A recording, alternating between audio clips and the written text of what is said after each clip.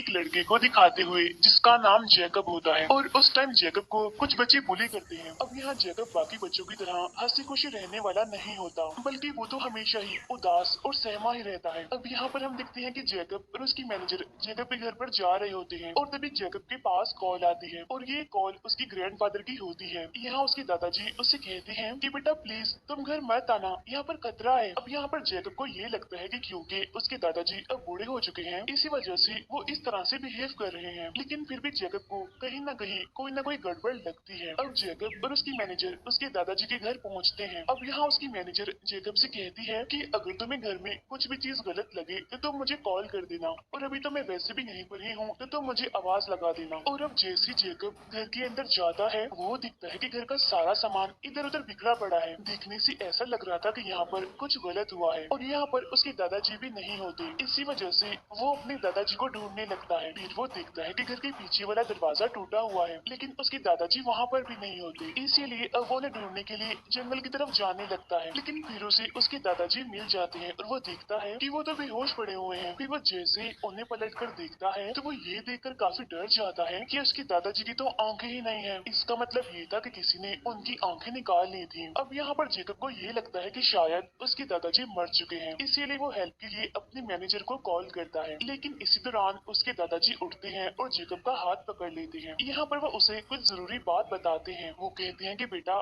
तुम मुझ पर यकीन करो और तुम्हें एक टाइम लूप यानी कि 1943 में एक आइलैंड पर जाना होगा। वहाँ पर तुम्हें एक बर्ड मिलेगी जिसने इंसान का रूप लिया होगा और वो तुम्हें सब कुछ बता देगी। अब यहाँ पर जैकब को कुछ भी समझ नहीं आती कि आखिर उसके दादाजी उससे क्या कहना चाह रहे हैं। और फिर जैसे जैकब अपने सामने देखता है तो वहाँ पर एक काफी बड़ा क्रिएचर होता है जो कि जैकब पर हमला करने के लिए आगे बढ़ रहा था। और तब जैकब जल्दी से अपने मैनेजर को आवाज लगा देता है। अब वो मैनेजर जैकब के कहने पर पीछे मुड़कर गोली चलाती है, लेकिन उस मैनेजर को तो वहाँ पर कुछ भी दिखाई नहीं दे रहा था और सिर्फ जैकब ही था जो उसे देख पा रहा था। अब जैकब अपने दादाजी की मौत की वजह से काफी अपसेट था, इसीलिए उसे एक साइकाइट्रिस्ट के पास जाने की जरूरत पड़ जाती है। यहाँ वो अपने साइकाइट्रिस्ट को सब कुछ बता देता है कि कैसे उसके दादाजी उसे मॉन्स्टर्स क्रिएचर्स की कहानियां सुनाया करते थे, और तो और कुछ जादुई बच्चों की कहानियां भी वो सुनाया करते थे, और उन जादुई बच्चों के पास खास किस्म की पावर्स हुआ करती थी। और ऐसी ही और भी बहुत सारी कहानियां वो मुझे सुनाया करते थे जिन पर यकीन करना शायद काफी मुश्किल है। फिर एक बार उसके ग्रैंडफादर ने उसे एक आइलैंड की कहानी सुनाई जहाँ पर बहुत सारे जादुई बच्चे रहा करते थे, और तो और वहाँ पर मॉन्स्टर्स भी थे। अब क्योंकि उस टाइम जैकब काफी छोटा था, इसी वजह से वो इन कहानियों को सच मानने लगा था और वो इन कहानियों को बाकियों के साथ शेयर भी करना चाहता था। और इसी वजह से जब वो ये कहानियां अपनी क्लास के बच्चों को बताता है तो वो सारे बच्चे उसका मजाक बनाने लगते हैं, उस पर हंसने लगते हैं, क्योंकि ये सब कुछ तो कहानियां थी। अब जैसे जैसे जैकब बड़ा होता जा रहा था, उसका भी इन कहानियों पर से यकीन उठता जा रहा था, क्योंकि अब उसे भी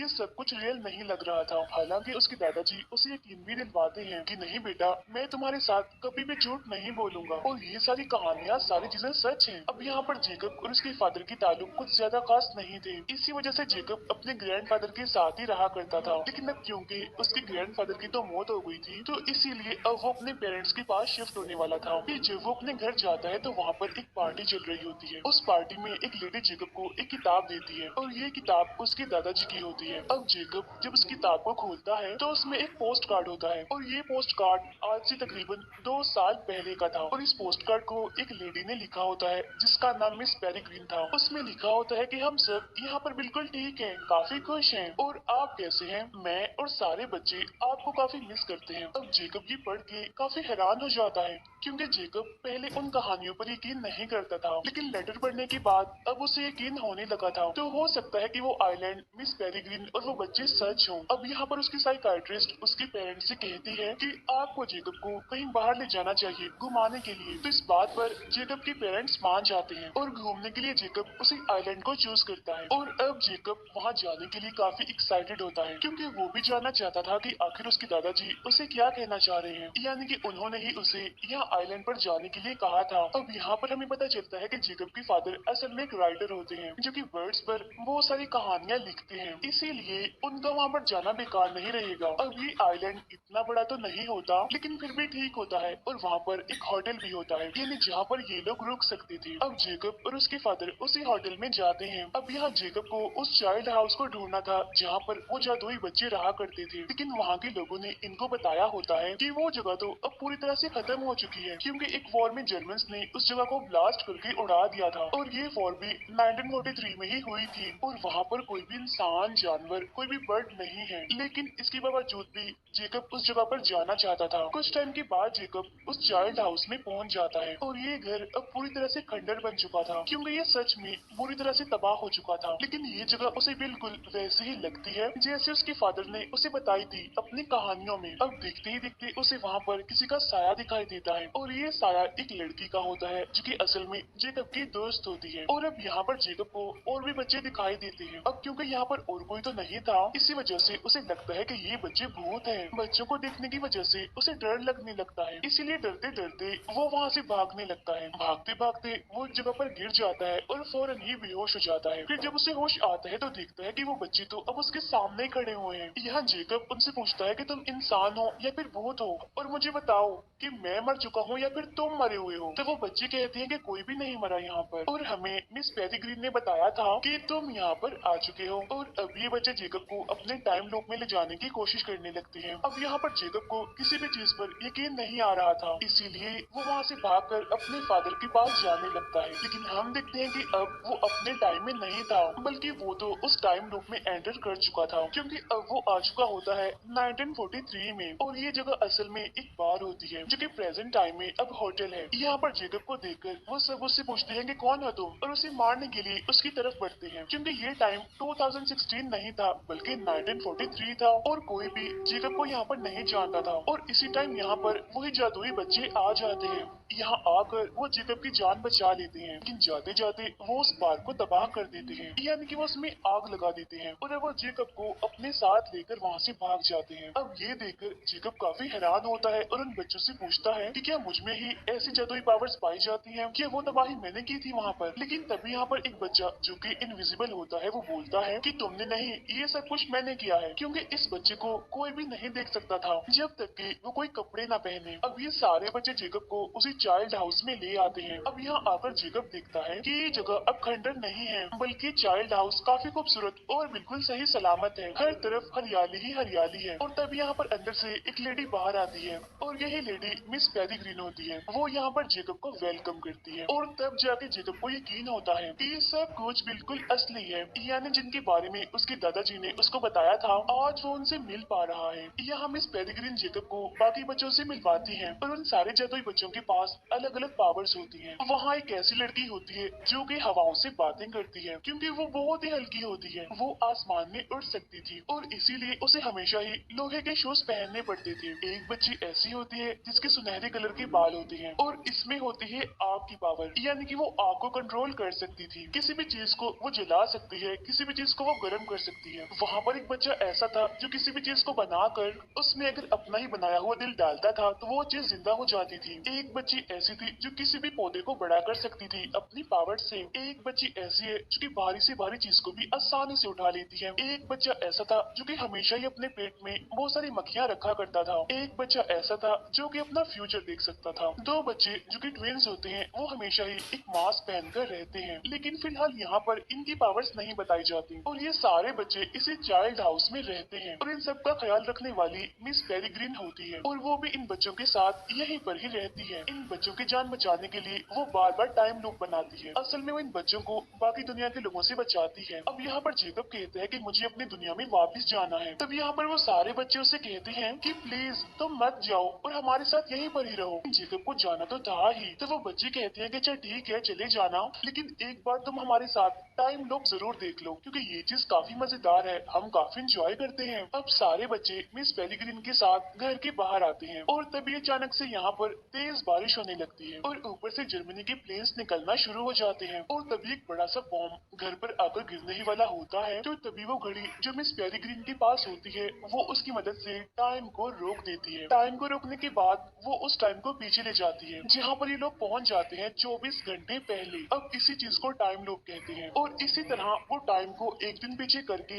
इसी दिन को कई सालों से जी रहे थे और इसी वजह से ना तो उनकी उम्र बढ़ रही थी और ना ही वो आज के टाइम में यानी प्रेजेंट टाइम में एंटर कर रहे थे। अब यहाँ पर हम देखते हैं कि दो टाइम लूप हैं, यानी एक तो होता है प्रेजेंट टाइम जहाँ पर बाकी दुनिया के लोग जी रहे हैं और दूसरा होता है पास्ट यानी 1943। इसके बाद हम देखते हैं कि जेकब अपनी दुनिया दुनिया में वापस आ गया है, यानी कि प्रेजेंट टाइम में 2016 में। यहाँ पर हमें पता चलता है कि 1943 में से जेकब ने एक लेटर चुरा लिया होता है और प्रेजेंट टाइम में आकर वो उस लेटर को पढ़ता है, और ये लेटर असल में होता है अलर्ट करने के लिए कि जो दुश्मन है, जो हमारा विलन है, वो टाइम लूप को ढूंढ चुका है। अब यहाँ पर मैं आपको एक बात बताती हूँ, असल में टाइम लूप कोई एक नहीं है बल्कि ज्यादा सारे हैं, और इन टाइम लूप्स को बनाने के लिए वही बर्ड्स होते हैं जो कि असल में प्रोटेक्टर होती हैं, और ये प्रोटेक्टर पूरी कंट्री में काफी ज्यादा हैं, और ये सारी प्रोटेक्टर अपने अपने जादुई बच्चों के साथ रहती हैं ताकि वो उनकी हिफाजत कर सके, और बच्चों को बचाने के लिए वो एक के बाद एक टाइम लूप बनाती जाती हैं। अब उस लेटर में इसी बात के लिए अलर्ट किया गया था कि विलन ने उस लूप के बारे में पता लगवा लिया है, इसी वजह से वो बहुत जल्द मिस पेरिग्रीन पर हमला करने वाला है। इसीलिए मिस पेरिग्रीन को जल्द से जल्द एक टाइम लूप बनाना होगा, क्योंकि अगर उस विलन को उनके ठिकाने का पता चल गया तो वो मिस पेरिग्रीन के साथ साथ उन बच्चों को भी मार डालेगा। अब जेकब इस लेटर को लेकर वापस से मिस पेरिग्रीन के पास आता है। अब यहाँ पर मिस पेरिग्रीन उसे डांटती है कि तुम्हें ये लेटर चुराना नहीं चाहिए था और ना ही इसे पढ़ना चाहिए था। इसके बाद जेकब की दोस्त उसे अपने साथ ले जाती है, वो उसे एक काफी बड़े और खूबसूरत समंदर में घुमाने के लिए ले जाती है। फिर वो उसे समंदर की गहराइयों में ले जाती है एक काफी बड़े शिप को दिखाने के लिए, क्योंकि उस शिप को समंदर की गहराइयों में रखा गया था और ये शिप काफी सालों पुराना है। शिप में आने के बाद जेकब की दोस्त उसे एक बॉक्स दिखाती है, और ये बॉक्स असल में उसके दादाजी का ही होता है। इस बॉक्स में से उसे एक मैप मिलता है। अब यहाँ जेकब की दोस्त उसको बताती है कि पावर्स तुम्हारे पास भी हैं, क्योंकि बगैर पावर्स के कोई भी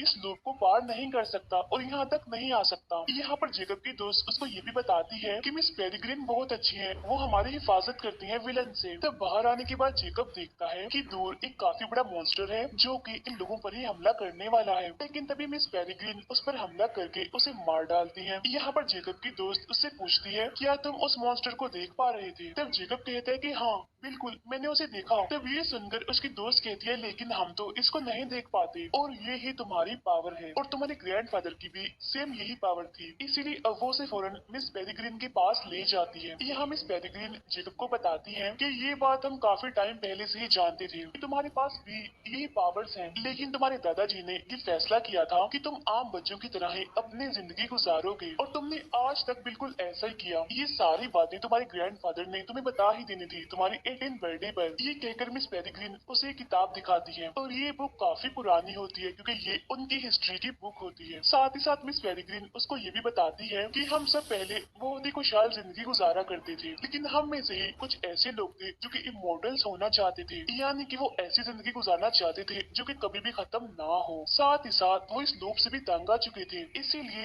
वो हमसे अलग हो गए थे। इसके बाद वो लोग चाहने लगे कि हम बाकी लोगों के साथ तो रहें, लेकिन हम इमोर्टल होकर रहें। तो इस मकसद के लिए उन्होंने एक एक्सपेरिमेंट किया जिसमें वो एक प्रोटेक्टर को पकड़ते हैं और उसकी सारी पावर्स लेकर वो इमोर्टल बनना चाहती थी। और ये एक्सपेरिमेंट किसी और ने नहीं बल्कि हमारे विलन ने ही किया था, लेकिन उनका ये एक्सपेरिमेंट सक्सेसफुल नहीं हो पाता, वो नाकामयाब ही रहते हैं, क्योंकि वो लोग इमोर्टल तो नहीं हुए बल्कि वो सारे के सारे मॉन्स्टर्स बन गए, और अब वो सारे मॉन्स्टर्स इनविजिबल हैं, यानी कि उन्हें कोई भी नहीं देख सकता। लेकिन इस चीज का तोड़ उस विलन ने निकाल लिया था। उसे ये बात पता चल गई थी कि अगर वो जादुई बच्चों की आंखें खाएगा तो वो इनविजिबल से विजिबल हो जाएगा, यानी कि वो दिखना शुरू हो जाएगा। अब उसने इतने सारे बच्चों की आंखें खाई थी कि वो खुद तो हो गया था बिल्कुल नॉर्मल, लेकिन उसके बाकी साथी अभी भी इनविजिबल ही थे। इन तभी हम देखते हैं कि एक प्रोटेक्टर अपने लोब से भागकर मिस पेरिग्रीन के पास आती है ताकि वो उन्हें उस विलन के बारे में अलर्ट कर सके। वो बताती है कि उस विलन ने और उसके सारे साथियों ने, यानी कि उन मॉन्स्टर्स ने हमारे लोग पर अटैक कर दिया है। इसी वजह से मेरे सारे बच्चे मारे जा चुके हैं और मैं किसी तरह अपनी जान बचाकर यहाँ आई हूँ आपके पास। और अब यहाँ पर वो प्रोटेक्टर मिस पेरिग्रीन से कहती है कि अब आपको भी अपने बच्चों के लिए एक नया टाइम लूप बनाना होगा, क्योंकि वो विलन बहुत जल्द यहाँ पर भी आने वाला है। अब क्योंकि जेकब इन सभी चीजों में नहीं पढ़ना चाहता था, इसी वजह से वो अपनी दुनिया में वापस चला जाता है। अपनी दुनिया में जाकर जेकब बहुत सारी भेड़ें देखता है जिनकी आंखें नहीं होती। साथ ही साथ वो उस होटल के ऑनर को भी देखता है, बहुत ही बुरी हालत में मरा हुआ होता है, और उसकी dead body same to same उसकी दादा जैसी लग रही थी, क्योंकि उनकी तरह इसकी भी आंखें निकाल ली गई थी। और तभी बात जेकब जान जाता है कि वो विलन यहाँ पहुंच चुका है, और तब इसी बारे में बताने के लिए वो वापिस से मिस पेरिग्रीन के पास जाता है। वहाँ भागते ही वो जैसे जैसे उस लूप में एंटर करता है तो तब उसके पीछे पीछे एक और आदमी एंटर कर लेता है, और जब जेकब उसे देखता है तो कहता है कि तुम भी नॉर्मल नहीं हो, क्योंकि यहाँ पर कोई नॉर्मल इंसान नहीं आता, तो क्या तुम्हारे पास भी कोई पावर्स हैं? और तब वो आदमी यहाँ पर अपना असली चेहरा दिखाता है, और ये और कोई नहीं बल्कि उसकी साइकाट्रिस्ट होती है। फिर वो साइकाट्रिस्ट भी अपना चेहरा बदल लेती है, और तब पता चलता है कि ये और कोई नहीं बल्कि वही विलन है। अब यहाँ वो जेकब का पीछा इसीलिए कर रहा था क्योंकि वो विलन पेरिग्रिन का पता लगवाना चाहता था, और अब जेकब के पीछे आकर वो अपने मकसद में कामयाब भी हो चुका था, यानी कि वो पेरिग्रिन का पता लगवा चुका था। यहाँ वो विलन जेकब को लेकर मिस पेरिग्रिन के घर आता है। यहाँ उसने जेकब के गले पर तेज धार वाला हथियार रखा होता है। यहाँ आकर वो पेरिग्रिन को प्रिजनर बनने के लिए कहता है। अब यहाँ मैं आपको बताती हूँ कि आखिर वो विलन ये सब कुछ क्यों कर रहा था। असल में वो विलन अपने बाकी साथियों को नॉर्मल करना चाहता था, और ऐसा करने के लिए वो एक और एक्सपेरिमेंट करना चाह रहा था, और इस एक्सपेरिमेंट के लिए वो बहुत सारे प्रोटेक्टर्स का इस्तेमाल करना चाहता था, यानी कि अब एक नहीं बल्कि पहले से कई ज्यादा प्रोटेक्टर्स उसे चाहिए थी, और इसी मकसद के लिए वो मिस पेरिग्रिन को भी पकड़ना चाहता था। इसी वजह से वो मिस पेरिग्रिन को उसके साथ चलने के लिए कहता है। तब यहाँ वो मान जाती है और वो अपने बच्चों को गुड बाय कहती है। जाते जाते वो जेकब से कहती है कि अब तुम ही सबसे खास हो, तुम्हें मेरी जगह इन बच्चों का ख्याल रखना है, मुझसे वादा करो कि तुम इन बच्चों का ख्याल रखोगे। और तब यहाँ पर पेरिग्रिन अपनी पावर का इस्तेमाल करके खुद ही केज में बंद हो जाती है, यानी कि वो अपने असली रूप में आ जाती है और बर्ड बन जाती है। अब जो दूसरी प्रोटेक्टर यहाँ तक भागकर आई थी वो अभी भी उन बच्चों के साथ ही थी। अब ये सब लोग जल्दी जल्दी उन मॉन्स्टर से बचने के लिए अपने घर को बंद करने लगते हैं। फिर थोड़ी ही देर के बाद एक खतरनाक मॉन्स्टर वहाँ पर पहुँच जाता है, और सबसे पहले वो उसी प्रोटेक्टर पर हमला करके उसे मार डालता है। अब यहाँ पर उस मॉन्स्टर को सिर्फ और सिर्फ जेकब ही देख पा रहा था, इसीलिए यहाँ पर जेकब उस मॉन्स्टर को मारने की काफी कोशिश कर रहा था, लेकिन उस मॉन्स्टर को ज्यादा कुछ नहीं होता, बस वो थोड़ा बहुत जख्मी होता है। और वो बच्चे वहाँ से भागने की कोशिश करते हैं और किसी हद तक वो इसमें कामयाब भी रहते हैं। अब यहाँ पर बच्चे घर से बाहर तो आ चुके थे, लेकिन अब क्योंकि पेरिग्रिन यहाँ पर नहीं थी, इसी वजह से वो आज का टाइम लूप चेंज नहीं कर पाते, और ये वही बॉम्ब गिरने वाला दिन होता है। और अब देखते ही देखते जर्मन्स का बॉम्ब उस घर पर गिर जाता है, जिसकी वजह से वो चाइल्ड हाउस तबाह हो जाता है, और अब वो सारे बच्चे सही सलामत उस घर से बाहर आ चुके होते हैं। इसके बाद वो मिस पेरिग्रिन को ढूंढने जाते हैं, क्योंकि वहाँ पर और भी प्रोटेक्टर्स कैद हो सकती हैं। अब इनके पास वहाँ तक जाने के लिए सिर्फ और सिर्फ वही शिप होता है जो कि अब समंदर की गहराइयों में पड़ा होता है। अब सारे बच्चे अपनी अपनी पावर्स का इस्तेमाल करके उस शिप को चला देते हैं। अब जो नया टाइम लूप होता है, यानी जो मिस पेरिग्रिन ने बनाना था, वो असल में प्रेजेंट टाइम का ही होता है, यानी 2016 का, और जेकब के पास उसका मैप होता है जिसमें सभी टाइम लूप्स की जगह लिखी हुई थी। और वो विलन अपने बाकी साथियों के साथ एक हॉल में बैठा होता है, यानी जहाँ पर वो एक्सपेरिमेंट करने वाला था। अब जेकब उन बच्चों के साथ एक प्लान बनाता है यहाँ पर कि अब हमें किसी तरह करके उन प्रोटेक्टर्स को छुड़ाना है और साथ ही इस विलन का खात्मा करना है। और तब जेकब की फ्रेंड हवा में उड़कर वहाँ पर आती है और वो उस विलन से कहती है कि तुम अपने सारे साथी यानी कि ये सारे के सारे मॉन्स्टर्स मेरे पीछे भेजो, वरना तो मैं तुम सभी को मार डालूंगी, क्योंकि वैसे भी अभी अभी मैं एक मॉन्स्टर को मार कर आ रही हूँ। अब इस बात पर वो विलन बिल्कुल भी यकीन नहीं करता, वो उनका मजाक बनाने लगता है कि आखिर ये बच्चे क्या कर सकते हैं। फिर वो विलन अपने बाकी साथियों को उन बच्चों के पीछे भेजता है। अब यहाँ पर उन बच्चों ने एक समझदारी की होती है, उन्होंने यहाँ पर एक प्लान बनाया होता है कि सबसे पहले वो उन मॉन्स्टर्स जो कि इनविजिबल हैं उन पर बर्फ फेंकेंगे, बाद में उन पर कैंडल्स फेंकेंगे ताकि वो इनविजिबल से विजिबल हो जाए और सबको नजर आने लगे। और वो बच्चा जिसके पास ये पावर होती है कि वो मरे हुओं को जिंदा कर सकता था, वो यहाँ पर बहुत सारे स्केलेटन्स को जिंदा कर देता है, और इस तरह से यहाँ पर स्केलेटन की एक फौज बन जाती है। स्केलेटन की ये फौज उन मॉन्स्टर्स पर जबरदस्त हमला कर देती है, और ये एक के बाद एक मॉन्स्टर्स को मार गिराते हैं। इसके बाद ये बच्चे उस विलन के पास पहुँचते हैं, लेकिन अब यहाँ फाइट के दौरान वो बच्चे हमें कमजोर पड़ते हुए दिखाई दे रहे थे, लेकिन फिर भी वो हिम्मत नहीं हारते, बल्कि अपनी पावर्स का इस्तेमाल करके उस विलन के सारे साथियों को मार गिराते हैं। यहाँ जेकब की फ्रेंड उस विलन को रोकने की कोशिश करती है, तब जेकब भागता है सारे प्रोटेक्टर्स को आजाद करने के लिए। असल में वो सारे प्रोटेक्टर इस टाइम केजेस में बंद होती हैं, और उन्हीं में मिस पेरिग्रिन भी होती है। तब जेकब उन सारे केजेस को खोल देता है और सारे प्रोटेक्टर्स को आजाद कर देता है, लेकिन तभी वो विलन भी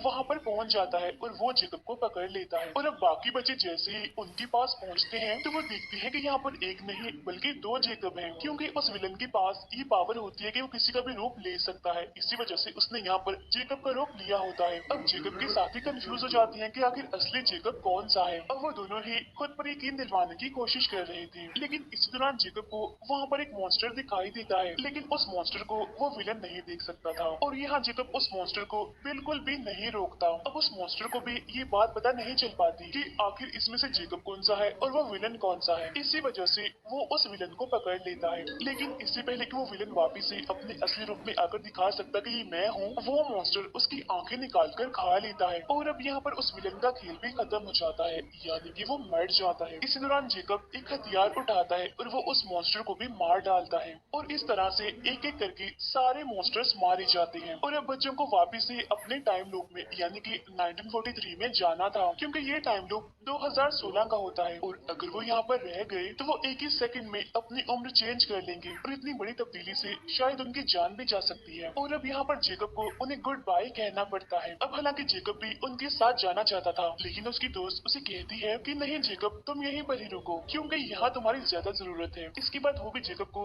गुड बाय कह के चली जाती है और अब जेकब प्रेजेंट टाइम में इन्हीं 2016 में ही रुका होता है और सभी बच्चे वापिस से अपने टाइम लूप में इन्हीं के 1943 में जा चुके होते हैं, जहाँ उन्हें अब एक नए लोग की जरूरत पड़ती है। अब जेकब अपने ग्रैंडफादर के मरने के कुछ दिन पहले वाले टाइम में जाता है, इसी वजह से वो सीधा अपने ग्रैंडफादर के पास जाता है, वो उनसे मिलता है और काफी खुश हो जाता है और वो उन्हें वो सारी चीजें बताता है जो उसने अभी तक देखी थी। ये सुनकर उसके दादाजी उसे कहते हैं कि बेटा, तुम्हें यहाँ पर नहीं होना चाहिए था, बल्कि तुम्हें तो तुम्हारी दोस्त के पास होना चाहिए क्योंकि वो तुम्हारा इंतजार कर रही होगी। यहाँ उसके दादाजी उसे पुराने टाइम के डॉलर्स देते हैं जो कि आगे चलकर जेकब के काम आने वाले थे, क्योंकि उसे 1943 में जाने के लिए बहुत सारे लोग से होकर गुजरना पड़ेगा। अब जेकब के पास अपने ग्रैंडफादर का मैप होता है जिसकी मदद से वो कई बार टाइम लूप में जाता है, लेकिन टाइम ट्रेवल करने के लिए उसे 1 साल इंतजार भी करना पड़ता है और इसी मकसद के लिए वो सबसे पहले नेवी में भर्ती होता है और फिर जाके वो पहुंचता है 1943 में। और ये वही दिन होता है जब उसकी दोस्त वहाँ से विजिट कर रही होती है और अब यहाँ पर फाइनली जेकब अपनी फ्रेंड से मिल पाता है और ये भी असल में एक शिप होती है